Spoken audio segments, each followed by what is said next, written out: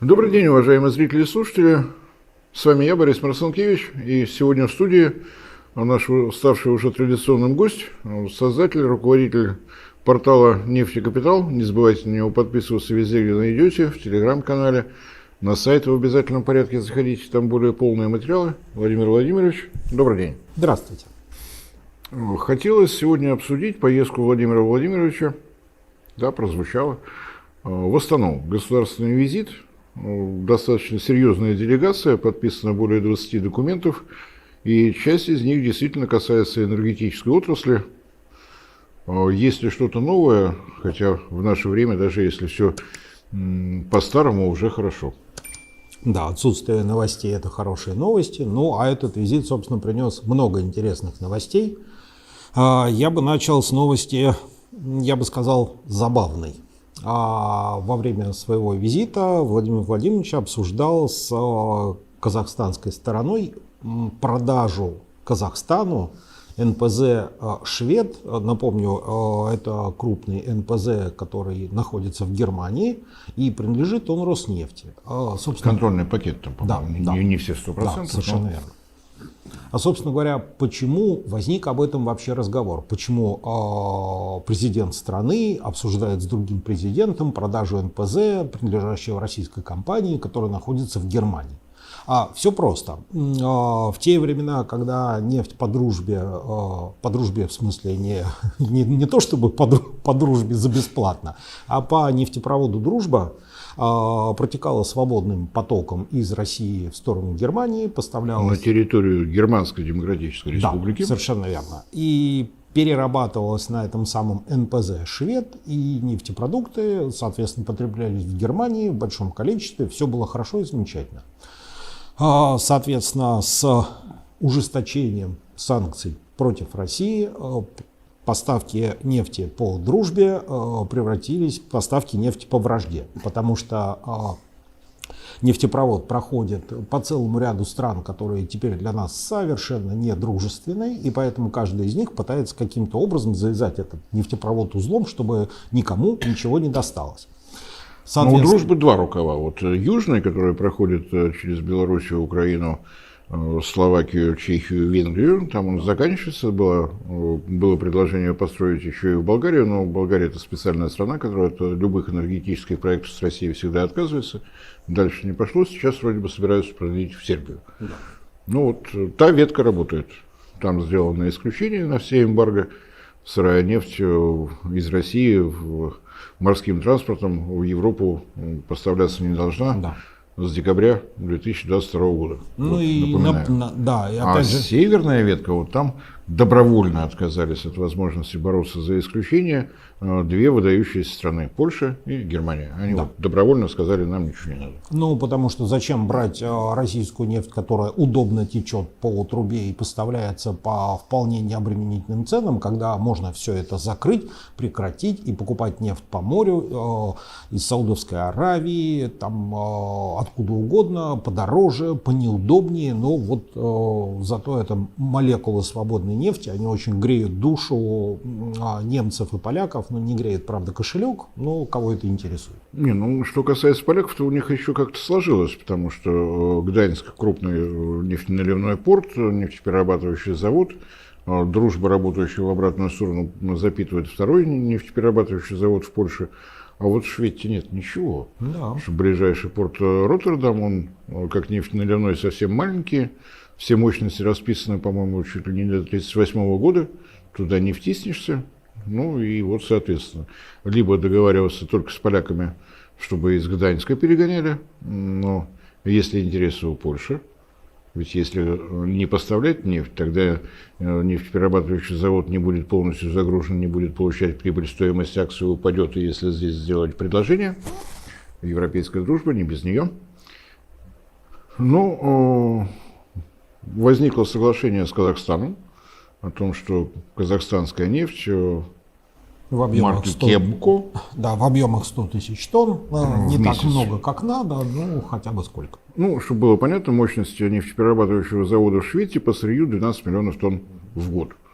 Соответственно, то, что смог выделить Казахстан, 100 тысяч тонн в месяц 1,2, ну, 10% загружено. И отдельный вопрос, о котором все постоянно забывают, о том, кто оперирует казахстанской нефтью. Да, она добывается в Казахстане, но если смотреть по всему объему добычи, то на долю государства Казахстана приходится чуть больше 20%, 21 или 22. Потому что все остальное в соответствии с соглашением о разделе продукции принадлежит международным, прежде всего американским и британским мейджорам, которые являются акционерами казахстанских добычных проектов. Но, тем не менее, казахстанская нефть шла, и вроде бы в следующем году вот начались переговоры о том, чтобы немножечко увеличить. В 2023 году получилось ровно 1 миллион тонн за год, в этом году 1,2. Вроде бы на следующий год предварительные переговоры, что удастся увеличить до 1,5 миллиона тонн. Кстати, тут есть один нюанс. Дело в том, что казахстанский сорт кепка, ну не кепка, а кепка, он пишется кебко, и российский Юралс вот удивительным образом похожи по параметрам, вот практически один в один. Ничего подобного, если вы спросите у кого-нибудь из правительства Германии, которое, собственно говоря, удалось украсть завод в Швеции, они объяснят, что вот это 0,01% по содержанию серы, это огромная разница. Вот она придает казахстанскость этой нефти. Да, и отсутствие вот этой 0,01%, оно тоталитарность, авторитарность убивает начисто. Вот. И это совершенно другая нефть. Совершенно, то есть абсолютно. Получается, что тоталитарность, она измеряется в процентах серы, как мы сейчас выяснили. Да, одно из таких Почему единиц Борис измерений. Леонидович сказал о том, что завод был украден? Я напомню историю этого завода. Насколько я помню, в прошлом году правительство Германии решило, что нужно как бы снизить его тоталитарность и ни в коем случае не дать российской компании «Роснефть» продолжать управлять этим заводом. Поэтому они взяли это все и отобрали, ну, пока не в порядке, там, отняли акции, там, пинаясь ногами, а перевели все это под управление там, германского регулятора. И вот теперь германский регулятор регулирует работу этого завода. Европейские ценности. Если видишь, что можешь украсть, укради. Если видишь, что можешь ограбить, ограбь. Да, совершенно верно. Никуда от этого не денешься, этим традициям много сотен лет. Привычка. Итак, у нас получается интересная схема. То есть у Роснефти был завод в Германии, который прекрасно работал, снабжал немцев нефтепродуктами, а там, соответственно, центральные земли Германии, там Берлинский аэропорт и так далее, и так далее. Там целая связка аэропортов была на авиатопливе, да. А потом Германия это все отобрала, ну, пускай он стоит без нефти, неважно, но он теперь зато не тоталитарный, правда, почти не работает. И вот теперь президент Путин, находясь в Казахстане с официальным визитом, предложил Казахстану рассмотреть возможность этот завод купить. Акции Роснефти. Да. Не весь вот то, Да, что а вот именно российское. пакет Роснефти. То есть мне это напоминает ситуацию, когда у тебя какие-то гопники в подворотне отжали мобильный телефон, и сразу после этого ты ухитрился продать его какому-то покупателю. И объяснил, где его взять. Да, совершенно верно. Ну, вообще, на самом деле, с точки зрения, так сказать, экономической эффективности, предложение замечательное. Заводом мы уже не управляем. А поставлять на него сырье, если у нас вот этот процент серы не соответствует тоталитарности, мы не можем. То есть у нас есть актив, который стоит больших денег. Управлять мы не можем. А Казахстан нефть уже Казахстан поставляет. нефть уже поставляет. Так, собственно говоря, пуркуа бы и не па, как говорится. Ну, это... И, кстати, еще один момент. То есть покупать его будет, скорее всего, я так полагаю, не государство, а, скорее всего, те, кто заинтересован в поставках нефти на этот завод, то есть нефтяные компании. А тут мы возвращаемся к началу нашего разговора. А кто у нас акционеры казахстанских добычных активов? По-моему, прекрасная схема. Прекрасная схема. Большие люди играют в большие игры. Что касается, вот, почему-то любая передача о Казахстане сопровождается рассказами об ударе в спину там, и прочим. Мы с Владимиром Владимировичем точно не гуманитарии. Вот вопросы там, языков, преподавания истории, это не к нам. Мы, в общем-то, про углеводороды. Про углеводороды, да. Про углеводороды. И разговоры о том, что мы помогаем Казахстану сидеть на двух стульях, потому что через нашу сеть магистральных нефтепроводов «Транснефть» помогаем поставлять нефть нашим врагам, на всякий случай напоминаю. Вот объемы поставки казахстанской нефти в Германию порядка 1 миллиона тонн. Объемы поставок российской нефти через территорию Казахстана в Китай 10 миллионов тонн. Почувствуйте разницу, и разговоры о двурушничестве Казахстана и прочем, если будете писать комментарии, обязательно напишите, какие именно договоры Казахстан с Россией нарушил. Если сможете написать хотя бы один, будем считать, что ваша критика обоснована. А я добавлю, что, опять же, как мы говорили, когда формировалась современная отрасль нефтегазовая Казахстана в том виде, в котором она есть сейчас, это были 90-е годы. Тогда люди знали, что такое. Шингиз так вообще еще Михаил Сергеевич подписывали. Да, но я имею в виду не та отрасль в ее классическом понимании, то есть нефть добывают в Казахстане давно, а именно с точки зрения структуры владения и экономики отрасли как таковой. То есть на тот момент, после развала Советского Союза, денег не было практически ни у кого. А импортным компаниям очень интересно было расширять свои возможности по добыче. И Казахстан в этом плане была страна крайне перспективная. А на тот момент, опять же, это мы сейчас уже знаем, что такое соглашение о разделе продукции, как его подписывать, что туда вписывать, как договариваться и так далее. На тот момент главная задача была привлечь иностранные инвестиции в добычу, чтобы добывать хоть что-то, хоть как-то развивать отрасль. Хоть какие-то деньги зарабатывать. Совершенно верно. Ну и на всякий случай, опять же, для многочисленных критиков, напомню, что в 2000 году, 2000, доля Роснефти в объеме добычи в России составляла 7%. Мы из этой ситуации вышли, у Казахстана немножечко не получилось. Так бывает. Получилось так, что действительно нефтегазовая отрасль Казахстана в существенной степени акционерно зависит от иностранных компаний. Да, вот так сложилось. Поэтому говорить о том, что Казахстан относится к нам недружественно, опять же, не берем гуманитарную сторону вопроса, мы про углеводороды. У нас существует огромное количество взаимоотношений с Казахстаном в нефтегазовой сфере. Все они успешно реализуются и эффективны, и экономически целесообразны для обеих сторон. Более того, раз уж было произнесено слово углеводородное, у нас и в угольной отрасли все по-прежнему на своих местах. Крупнейшая угольная электростанция на территории России, Рафтинская, Экибастузский уголь. Совершенно верно. И опять же добавлю про то, что у Казахстана существуют большие проблемы с обеспечением внутреннего рынка нефтепродуктов, там все время не хватает. А модернизация заводов не дала такого эффекта, который ожидался, поэтому, скажем, российские нефтепродукты в Казахстан поставлять можно. Скажем, снабжать северную часть Казахстана за счет российского газа можно. И более того, я не вижу причин, почему бы это не делать, потому что это выгодно. Тут главное, чтобы все совпало с экономической точки зрения, потому что у «Газпрома» есть себестоимость добычи и транспортировки газа. В Казахстане сложилась система льгот в адрес населения, и здесь несовпадение. То есть хотя бы какая-то норма прибыли для «Газпрома» означает повышение всех тарифов внутри Казахстана. То есть здесь...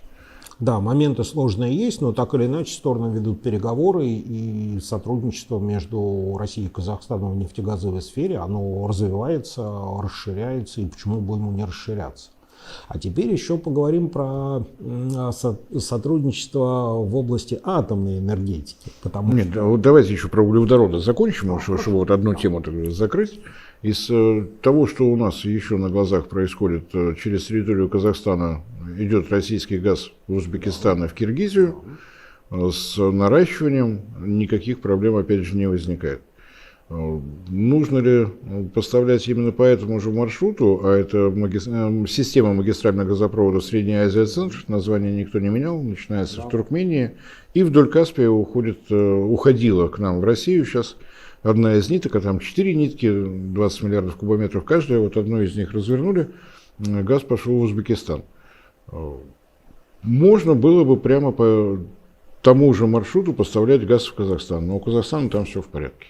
Не в порядке у него один в один звучит в северо-восточных областях с газификацией России и Казахстана, Казахстана и России как-то не очень. И идея о том, чтобы протянуть газовые магистрали в северо-восточной области, поскольку подписан и никуда не исчез договор о поставках газа в Китай. Это новая совершенно сеть магистральных газопроводов, теперь уже с новым названием Центральная Азия и Китай. Общий объем, общая мощность 55 миллиардов кубометров. Поставляют 3 центральноазиатских республики: Туркмения, Узбекистан, Казахстан. Причем на тот момент, когда соглашения с Китаем подписывались, построено все на деньги Китая и по китайским технологиям и так далее, и так далее. Казахстан и Узбекистан взяли на себя квоту в 15 миллиардов кубометров. Казалось, что все очень хорошо. При этом договор составлен так, что рассчитываться нужно именно кубометрами газа. Китай не желает ни юаней, ни доллары, вообще никаких валют, только кубометры газа, будьте добры, поставьте и все. Туркмения, да, старается всю эту квоту закрывать, но тем не менее для Казахстана встает вопрос, а что же он может делать со своими северо-восточными областями. Ты считаешь, как стал вопрос Узбекистана? Население растет, экономика растет, объемы добычи газа потихоньку снижаются, что делать? Вот тогда и возник, вот, в связи с тем, что и в Ташкенте, и в Астане, и в Москве все эти проблемы видели, понимали, что они никуда не денутся, не рассосутся. Тогда возникло предложение о Тройственном газовом союзе, на что накинулись все наши либерально озабоченные граждане по все стороны границы, и у нас внутри, и в Средней Азии. Вот все были недовольны, нет никакого Тройственного союза. Есть договор между Россией и Узбекистаном, между Узбекистаном и Казахстаном, между Россией и Казахстаном, а Тройственного союза нет, только двусторонние отношения. Все в порядке. Вот. Газ пошел, будет идти очевидным образом, что больше. Узбекистан сверстал себе инвестиционную программу, насколько ему надо расширить распределительные сети свои, чтобы принимать газ с севера. Вот прям так на сайте Министерства энергетики Узбекистана и написано: необходимо расширение распределительной сети для того, чтобы принимать газ с севера. Вот. Никаких. Но Узбекистану будет вполне достаточно, если по той же Средней Азии центр будет идти больше газа. Казахстану нужно в другом месте. И незадолго до визита Владимира Путина в Астану Александр Новак, вице-премьер, отвечающий за топливно-энергетический комплекс, впервые вслух заговорил о том, что прорабатывается еще один маршрут поставок газа в Китай через Казахстан с двойной целью: решить вопрос газификации северо-восточных областей Казахстана и поставить газ в Китай. Да. Ну и если мы вернемся, так сказать, к нефти и капиталу и политике, регулярно обсуждается вопрос по поводу того, что для Казахстана, наверное, все-таки имеет смысл как-то обойти Россию, обойтись без России с точки зрения поставок своей нефти на европейский рынок. И Казахстан, ну, с политической точки зрения сильно с этим не спорит, то есть как там кулаком по столу не стучит, но при этом он достает калькулятор, считает и говорит: ребята, политика — это, конечно, хорошо, мы Европу очень любим, там все замечательно, но через КТК поставлять все-таки выгоднее. Ну и тоже как бы очевидно, потому что маршрут обхода — это использовать один из магистральных газопроводов между Азербайджаном и Турцией, то есть морем из Казахстана через Каспий привезли, под Кавказским хребтом в Грузию, там еще одно море, вот все в порядке, доставили. У Азербайджана объемы добычи нефти падают, поэтому одним из магистральных нефтепроводов он готов поделиться. И это тоже такой отдельный момент, потому что нефть, добываемая на территории Азербайджана марки Азери Лайт, она действительно светлая, легкая. В одной трубе смешать две марки, получите черти что и сбоку бантик. Но так уж сложилось исторически, что у Азербайджана два нефтепровода в Турцию. И, да, БТД, Баку-Тбилиси-Джейхан. И оба они прошли мимо России. Можно называть там самые разные причины. Я просто напомню, что на момент того, когда эти маршруты прокладывались, у нас были серьезные события на нашем Северном Кавказе. И идти по той территории, где на тот момент шли боевые действия, точно никто не хотел. Ну, обошли. Ну, хорошо. То есть сейчас вот есть два нефтепровода, можно обоими пользоваться. Осталась мелочь — одолеть Каспий, который мелеет, причем мелеет там, где у Казахстана нефтеналивной порт, то есть туда могут заходить только маленькие танкеры с осадкой, по-моему. Ну, плюс мощности порта не позволяют экспортировать те объемы, которые прокачиваются через КТК. То есть нужна портовая инфраструктура, то есть ее расширение, нужен достаточный объем крупных танкеров, которые по Каспию ходить не могут, либо сейчас придумывать, как бы построить трубу по дну Каспия, а это долго, дорого и не всякий возьмется. Ну, долго-дорого. Есть соглашение стран Каспийского моря, 5 стран. Строить через Каспийское море можно, если все 5 раз согласятся. А зная, насколько трепетно относятся к осетру в России и в Иране, мы настолько любим осетра, стерли там. Пусть мы его никогда не видели, но мы его любим. Тем более, что есть шанс увидеть каспийских креветок и так далее, и так далее. Ну, вряд ли кто-то согласится, тем более, что с учетом всего того, что Владимир Владимирович уже сказал, кто собственники казахстанской нефти?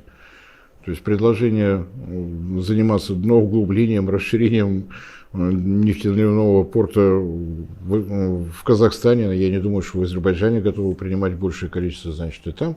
Вот кому нефть принадлежит, тот пусть и думает. А компании, которым принадлежит нефть, они и так недовольны по поводу того, что объемы инвестиций выходят за те рамки, которые изначально обговаривались, а поскольку они выходят за те рамки, которые изначально обговаривались, они сокращают акционерную доходность этих компаний, и им это вряд ли понравится. Так что сколько бы разговоров не было о казахстанской нефти мимо России, вот как было 85% через КТК, так оно и есть. Да.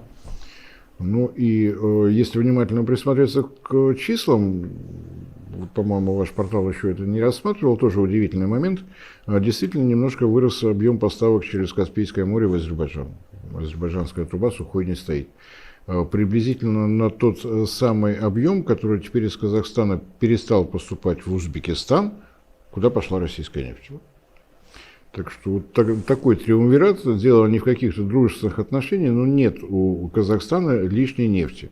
Если компании-операторы его добычных проектов решают увеличить объемы поставки в Азербайджан, не хватит нефти для Узбекистана. Чтобы Узбекистан не остался без нефти, без нефтепродуктов, соответственно, кто-то должен поставить. Китай не нефтедобывающая страна. У остальных соседей Узбекистана с объемами добычи нефти, вот в Таджикистане, в Киргизии так себе, но неподалеку есть еще одна страна, которая может. То есть получается, что вот то, о чем предупреждали, когда начинались эти игры в эмбарго, запретили поставки российской нефти в Европу, значит, в Европу придет ближневосточная нефть, которая шла в Индию, а российская нефть придет в Индию. То есть мы играем в какие-то такие большие геополитические шахматы. Ну а потом, соответственно, в Европе окажется индийский дизель, который произведен из чьей нефти? Неизвестно. Неизвестно. Неизвестно. Бельгийской. И отдельная история про Эрдогана. Если верить статистике, то, собственно говоря, все топливо, которое производится в Турции, по-моему, все 100% вывозится в Европу. И большая загадка, на чем, собственно говоря, передвигается вся автомобильная техника в Турции.